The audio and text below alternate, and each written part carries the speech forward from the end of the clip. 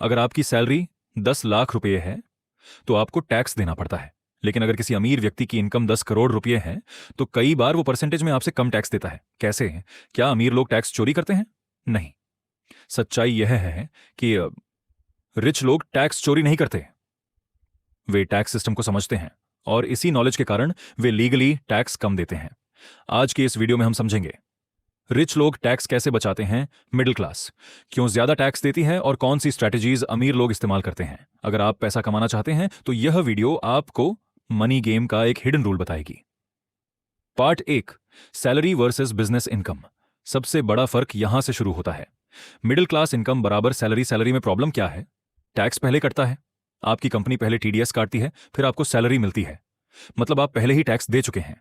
लेकिन रिच लोगों की इनकम अक्सर होती है business, investments, capital gains, dividends.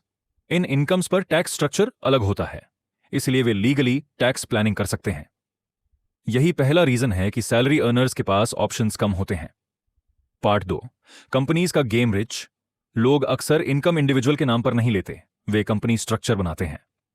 Example, अगर कोई व्यक्ति 1 करोड़ रुपए कमाता है तो इंडिविजुअल टैक्स स्लैब काफी हाई हो सकता है, लेकिन अगर वही इनकम कंपनी के थ्रू आए तो कई एक्सपेंसेस डिडक्ट हो सकते हैं, जैसे office expense, travel expense, staff salary. Business investment, इससे टैक्सेबल इनकम कम हो जाती है। यही रीजन है कि कई वेल्थी लोग बिजनेसेस क्रिएट करते हैं। पार्ट 3, एसेट्स और कैपिटल गेन्स। रिच लोग अक्सर पैसा एसेट्स में इन्वेस्ट करते हैं, जैसे स्टॉक्स, रियल एस्टेट। बिजनेसेस इन एसेट्स से जो प्रॉफिट आता है उसे कहते हैं कैपिटल गेन। कैपिटल गेन्स पर कई बार टैक्स रेट सैलरी इनकम से कम होता है। Example, long term capital gain tax कई केसेस में लोअर होता है, इसलिए वेल्थी लोग सैलरी की बजाय एसेट ग्रोथ पर फोकस करते हैं। Part 4, debt strategy. ये एक इंटरेस्टिंग स्ट्रैटेजी है। रिच लोग कई बार एसेट्स बेचते नहीं, वे एसेट्स के अगेंस्ट लोन ले लेते हैं। क्यों? क्योंकि लोन इनकम नहीं होता और इनकम पर टैक्स लगता है। एग्जाम्पल, अगर किसी के पास 10 करोड़ रुपए की प्रॉपर्टी है तो वह प्रॉपर्टी बेचने के बजाय उसके अगेंस्ट लोन ले सकता है। इससे कैश भी मिल गया और टैक्स भी नहीं लगा। Part 5, tax planning versus tax aviation. यहां एक चीज समझना बहुत जरूरी है। टैक्स बचाने के 2 तरीके होते हैं, एक tax aviation illegal, 2 tax planning loss legal.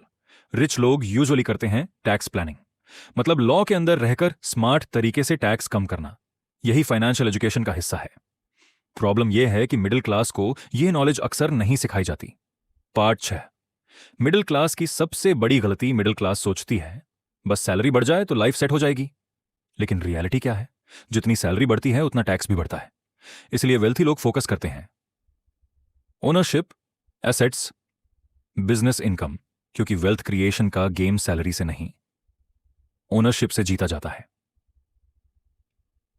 Final इनसाइटी, growth शास्त्र। अब असली सवाल यह नहीं है कि रिच लोग टैक्स क्यों कम देते हैं। सवाल यह है कि क्या आप मनी सिस्टम को समझ रहे हैं। फाइनेंशियल वर्ल्ड में 2 तरह के लोग होते हैं, एक जो रूल्स फॉलो करते हैं, 2 जो रूल्स समझते हैं, और वेल्थ अक्सर उन्हीं के पास जाती है जो रूल्स समझते हैं। अगर आपको यह वीडियो पसंद आया तो कमेंट में लिखिए मनी सिस्टम समझना है।